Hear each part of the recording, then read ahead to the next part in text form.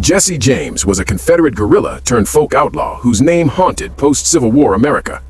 By 1882, he'd survived raids, Pinkerton hunts, and a life of bank and train robbery that made him hero to some and hunted man to others. Missouri's governor, desperate to halt the lawlessness and capitalize on public pressure, offered clemency for capture, a political carrot that reached into James's circle. Into that circle stepped Robert Ford, a slight, ambitious young man who ingratiated himself with James and his household.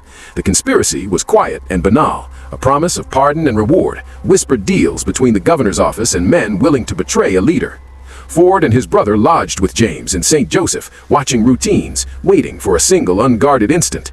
On April 3, 1882, as Jesse dusted a framed photograph on his parlor wall, Robert Ford stepped behind him and fired a pistol into the back of his head.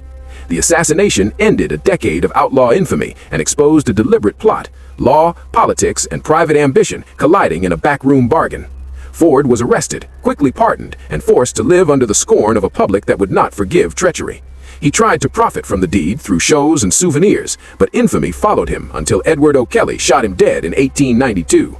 The killing of Jesse James remains a compact, brutal lesson in how political expedience and personal greed conspire to rewrite violence into history.